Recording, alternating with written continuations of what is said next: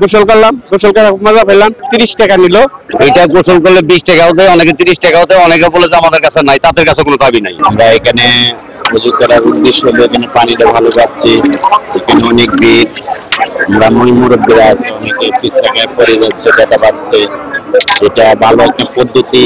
10 টাকার বিনিময়ে গোসল করতে পারতেছে, ওযু করতে পারতেছে। এটা এটা 10 টাকা, এটা স্বাভাবিক বিষয়।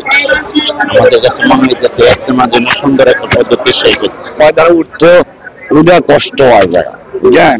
এই জন্য এখানে আসছে। কারণ টেবে নাই, অনেক কোন মানুষ আর দেখছে আরো আসি না, কোন ভালো আসি না, এই ওখানে আইলাম। ব্যবস্থাটা ভালো, মোটামুটি শর্টকাট করা যায় ব্যবস্থা। এবং বহুত কষ্ট আসছি ওইখানে ভিড়, তো ব্রিজ পার এই পার আসলাম, গোসল করা ওইপার সমস্যা ব্রিজ, এই কারণে এই পার আসলাম। পানিও ভালো, গোসল করলাম, গোসল করে মজা পেলাম। 30 টাকা নিল।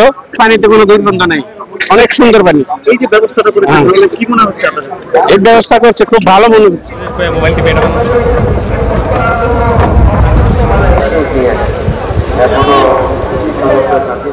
এখানে তুই আইসাম অনেক জাম এই টাইমে, এখানে অনেক জাম দিকে তুই প্রস্তাবটা রইলো উদিটা তারা ওরা করে পানি নিয়ে যায়। প্রস্তাব পুজো পূজা গাইতে যাইতে অনেক সময় লাগবে, এই জন্য আমি এই জায়গায় আইসি আর কি। বেশি বুঝলো খুব জাম, এই জন্য কি জাম আমার মাঝে ব্যথা, দাম খুলেতে পারবো না, অনেক সময় লাগবে। এই যে জ্যামের মধ্যে মানে একটা জরুরত স্বার্থে আসলেন, সেক্ষেত্রে কি ভালো লাগছে না আপনার? আজ মোটামুটি খারাপ না, সুবিধা করছে, সুবিধা ব্যাপারে ভালো হইলো, সুবিধা হইলো এই আর কি। এটা করছি মুসল্লিদের সেবা দেওয়ার জন্য। তারা এখানে আসে, অনেক সময় মনে করেন যে ওই পারে যে বাথরুম আছে, টয়লেট আছে, তাদের এখানে সিরিয়াল পাওয়া যায় না, সিরিয়াল ধরে অনেকক্ষণ বসে থাকতে হয়। বাছাই করা আলু আর স্পাইসি সিজনিং এ প্রাণ পোটাটা চিপস নাকি বিস্কিট খেয়ে বুঝে নাও। তাদের সময় নষ্ট হয়, সেই জন্য আমরা তাদের সেবা দেওয়ার জন্য আমরা এই কাজটা করছি, আমরা এই মাসাটা করছি। তারা যাতে এখান থেকে মনে করেন যে শান্তিতে গোসল করতে পারে, উজু করতে পারে, তারা গিয়ে নামাজ করতে পারে। এটা গোসল করলে 20 টাকাও দেয়, অনেকে 30 টাকাও দেয়, অনেকে বলে যে আমাদের কাছে নাই, তাদের কাছে কোনো দাবি নাই। এই সেবাটা আমরা মনে করেন ইস্তেমা চলাকালীন যতদিন পর্যন্ত ইস্তেমা আছে সবসময়ের জন্য আমরা এই সেবা করে থাকি।